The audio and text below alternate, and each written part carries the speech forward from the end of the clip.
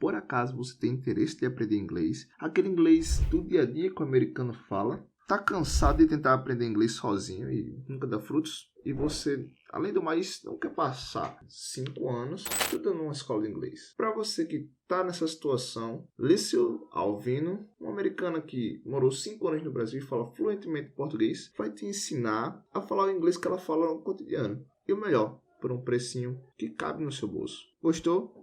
Link na descrição e segue o vídeo. Vou botar aqui um golinho d'água porque, francamente, os últimos dias foram repletos de fatos chocantes para todo mundo que tem um mínimo de decência, de pudor. Porque, meu irmão, minha irmã, esse governo Bolsonaro é capaz de produzir um escândalo atrás do outro e ainda faz o discurso do combate à corrupção. É roubalheira atrás de roubalheira. Agora, por exemplo, nós ficamos sabendo pela imprensa de 2 esquemas que estão correndo simultaneamente sob o patrocínio do, claro, Centrão, que é o partido de onde vem o Bolsonaro e onde está finalmente o Bolsonaro, onde sempre esteve, ao lado do rebutalho político dessa nação tão machucada e sofrida.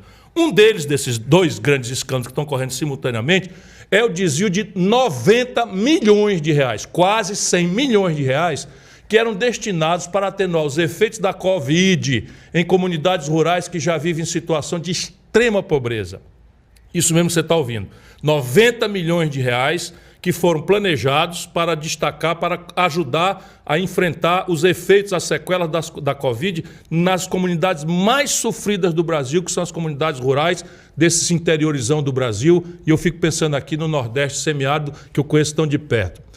Pois bem, toda essa montanha de dinheiro acabou sendo usada, vejam bem, para comprar tratores que têm pouca ou nenhuma utilidade para essas comunidades, que vivem em áreas muito pequenas e têm carências muito maiores. Mas, claro, os responsáveis pela mutreta que corre solta sob os auspícios do Ministério da Cidadania não estão nem aí.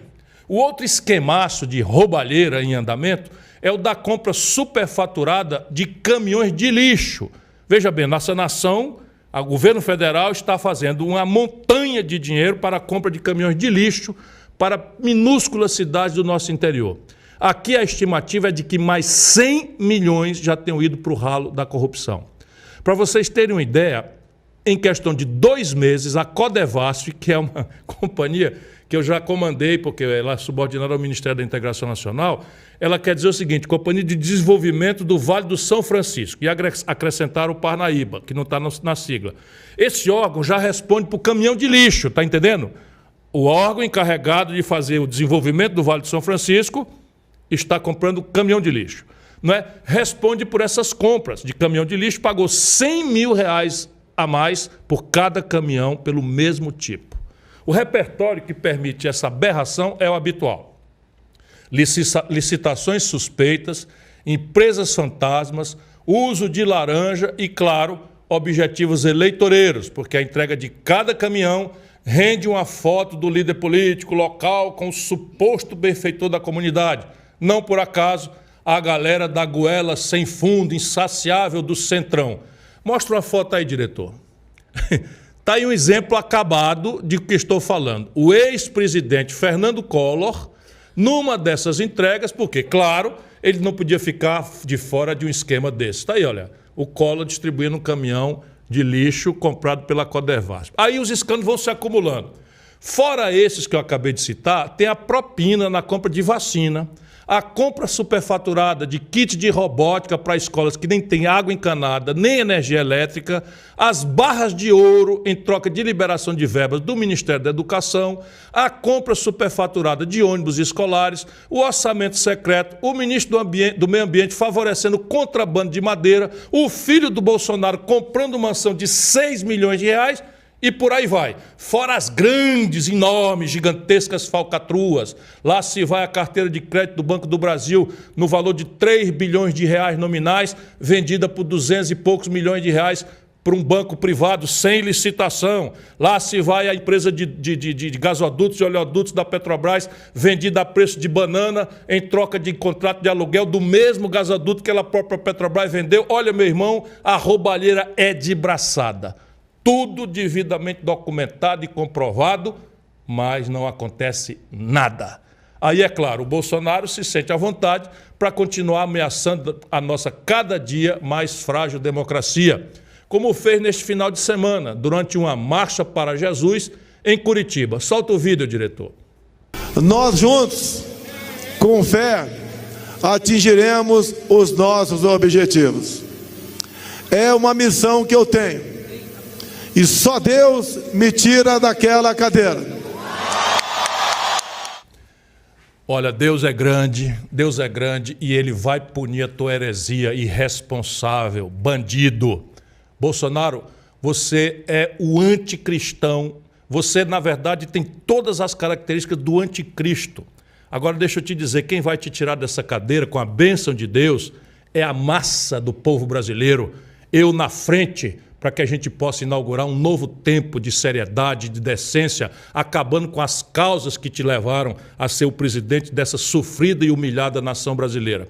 Bom, outro fato absolutamente escandaloso, essa daí, olha, vocês tenham santa paciência, absolutamente escandaloso é pouco nos últimos dias, foi essa vinda do tal Elon Musk, o homem mais rico do planeta, veio aqui para o Brasil. Poucas vezes eu vi uma demonstração de puxa-saquismo tão explícitas. Eu nunca vi o Brasil ser tão humilhado por um presidente da República quanto este canalha que, infelizmente, está aí na presidência da República, chamado Jair Bolsonaro. Nunca vi nada tão repugnante. Para começar, não foi o Musk que procurou o Bolsonaro. Como em qualquer lugar do mundo, até por um certo mínimo de protocolo, o presidente representa a nação. Então, se vê um empresário, ele vai visitar o presidente da República. Não. Foi o Bolsonaro que pegou um avião, encheu de ministro e outras autoridades para ir encontrar o Musk no hotel de luxo no interior de São Paulo. Você sabe, onde é que aconteceu isso na história brasileira? Nunca. Nem na história de qualquer país do mundo. Mas fora o puxa-saquismo, o vira-latismo, Bolsonaro ainda teve a cara dura de anunciar que a empresa de satélites do Musk, a Starlink, vai fazer o monitoramento ambiental da Amazônia. Roda o vídeo, diretor, que eu já volto para comentar. Nós pretendemos e precisamos e contamos com o Elon Musk para que a Amazônia seja conhecida por todos, no Brasil e no mundo. Mostrar a exuberância dessa região, como ela é preservada por nós e quanto malefício causa para nós aqueles que difundem mentiras sobre essa região. Bom, em menos de 30 segundos, o Bolsonaro consegue disparar uma sequência impressionante de mentiras e distorções. O homem é uma verdadeira metralhadora giratória de fake news. Para começar, o Instituto Nacional de Pesquisas Espaciais, o nosso INPE, já faz o monitoramento da Amazônia. Tem satélites para isso. E aponta sempre que o desmatamento por lá bate recorde atrás de recorde no governo Bolsonaro. Ou seja, ainda não sabemos se, com a cumplicidade ou não de Elon Musk, o Bolsonaro quer mostrar ao mundo uma visão completamente falsa e enganosa sobre a Amazônia. Mas não para aí. Essa suposta parceria com o empresário trilhardário não está amparada em nenhum convênio. Licitação, coisa parecida, nada, zero, contrato, qualquer uma. É uma absoluta mentira, uma ficção total. Por último, uma informação fundamental do ex-presidente do INPE, Ricardo Galvão, que foi demitido por Bolsonaro justamente porque falou a verdade sobre o desmatamento na Amazônia. Segundo ele, esses satélites do Musk, eu vou falar Musk aqui para não bancar um puxa-saco, esses satélites do Musk não têm a menor condição de monitorar a Amazônia.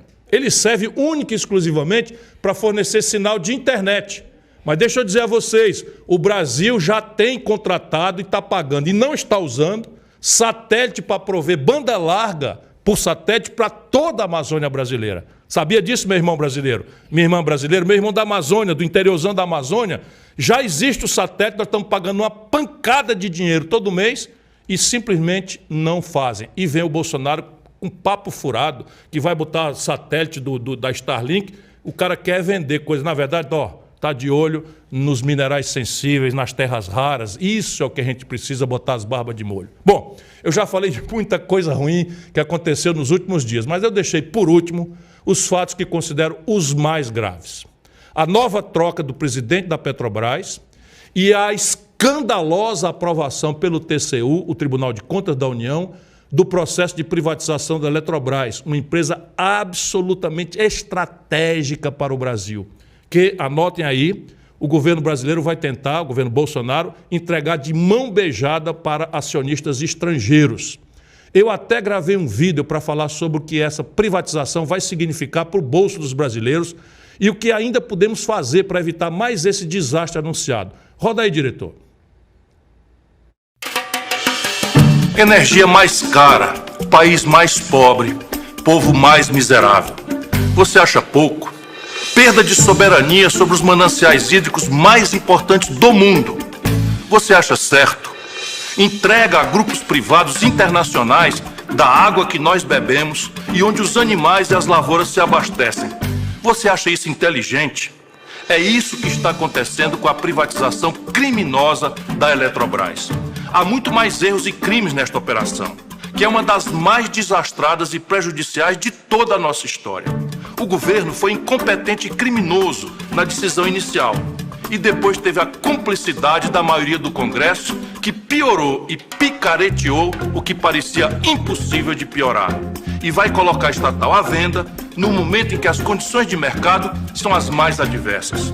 Não pense, portanto, que com a venda da Eletrobras você vai ter luz mais barata, nem mais qualidade na energia que chega na sua casa, no seu negócio ou na sua indústria. Só coloque uma coisa na cabeça: se nós lutarmos juntos, vamos conseguir reverter tudo isso, além de punir duramente os espertalhões que estão enricando com a destruição do nosso patrimônio público. É preciso interromper a venda da Eletrobras, não apenas pelo que já dissemos, mas também porque ela é o ensaio da venda da Petrobras, a nossa joia mais rara. Não podemos deixar que piratas saqueiem as riquezas nacionais. Acorda, meu Brasil. Bom, uma coisa que eu digo aqui: se eu tiver um dia a aventura de servir a essa grande nação como seu presidente e eles tiverem entregue a Eletrobras ou a Petrobras, eu tomo de volta. E faço aqui um desafio ao Lula, que está aí liderando as pesquisas. Se você, Lula, tiver boa intenção com o Brasil, você deve falar com todos os S's e R's aquilo que eu falei. Porque nenhum investidor vai vir comprar uma coisa se o primeiro lugar e o terceiro lugar nas pesquisas, ainda antes da campanha, anunciam que vão desfazer esse negócio. Portanto, eu, Ciro Gomes, uma vez presidente do Brasil, tomo de volta a Eletrobras e tomo de volta a Petrobras para o povo brasileiro, se o Bolsonaro criminosamente, e provavelmente tem muita gente levando muita grana por trás de tudo isso, eu conheço bem como é que funciona, não é, seu Paulo Guedes? Esse tipo de coisa nesses tempos trágicos que o Brasil está vivendo. Então, Lula, você está desafiado a dizer com toda clareza: vai reestatizar, tomar de volta a Eletrobras e a Petrobras, se eles fizerem. E tome cuidado, porque você, Lula, foi o cara que entregou o capital majoritário da Petrobras, não aquele votante, mas o capital não votante, para o acionista estrangeiro. E chamou... Bom, agora a intenção de privatizar a Petrobras, eles estão inventando, né? O Lula já falou nisso, em capitalização, ou agora é desestatizar a empresa. É admitida essa coisa agora com todas as letras pelo atual ministro das Minas e Energia. Vocês ouviram isso?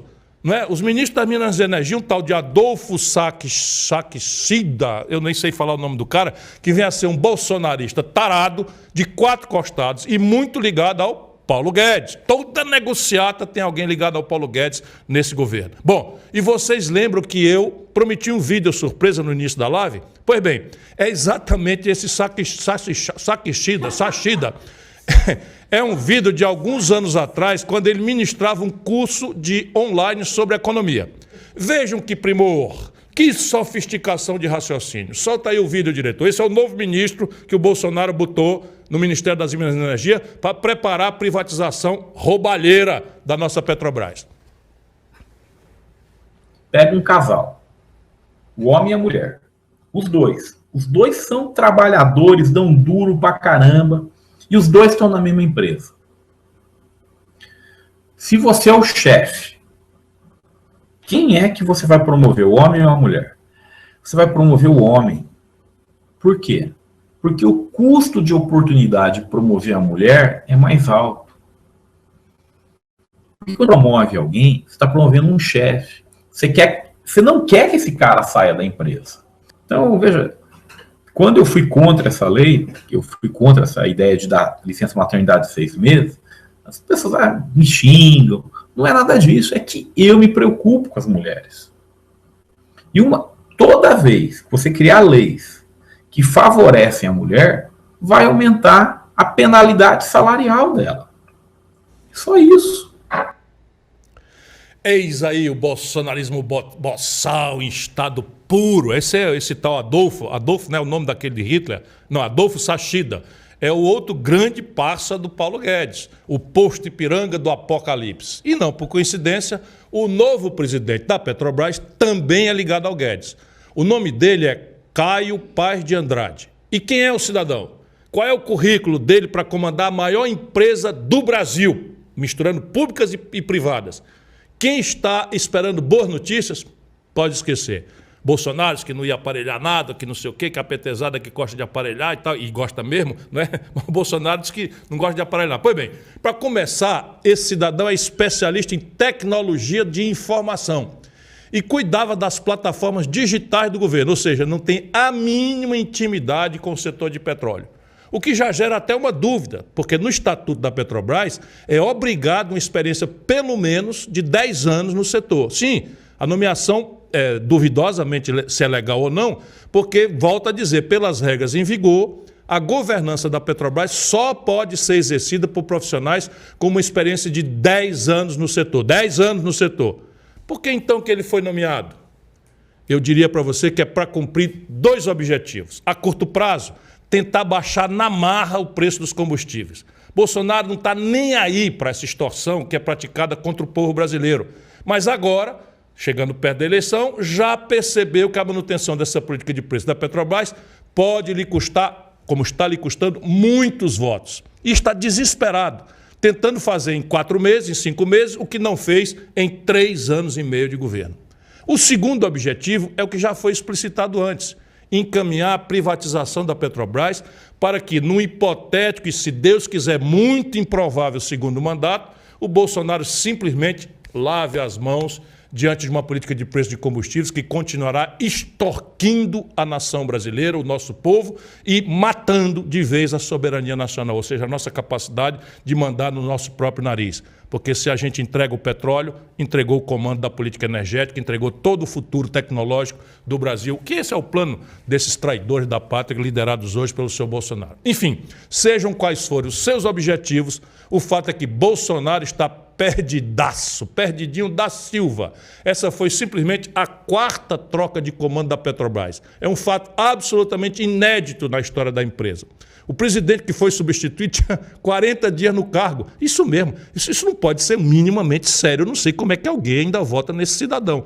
40 dias o presidente da coisa, não deu nem tempo dele decorar o nome dele, da gente decorar o nome dele, só para registro, era José Mauro Ferreira Coelho. Mas nem sequer saber onde é a vaga do estacionamento, o pobre teve tempo de aprender. Pobre não, porque um cara que aceita servir ao Bolsonaro é tão vagabundo quanto ele. Bom, nós, os pré-candidatos, atenção, senhor Luiz Inácio, não é? Atenção, senhor Luiz Inácio, nós pré-candidatos à presidência deveríamos estar discutindo tudo isso.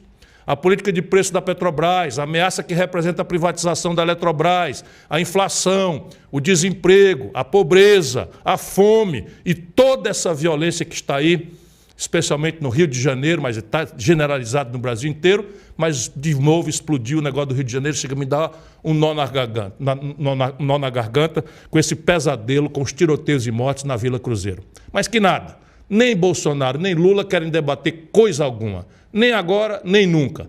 Por isso eu queria registrar aqui um comentário de ontem do jornalista Josias de Souza, pedir a ele licença, é simplesmente um jornalista independente, não tem nada a ver comigo, mas eu considero que a opinião dele é muito importante e muito procedente. Roda o vídeo, diretor. Os crimes atribuídos ao Lula, corrupção, lavagem de dinheiro, esses crimes prescreveram.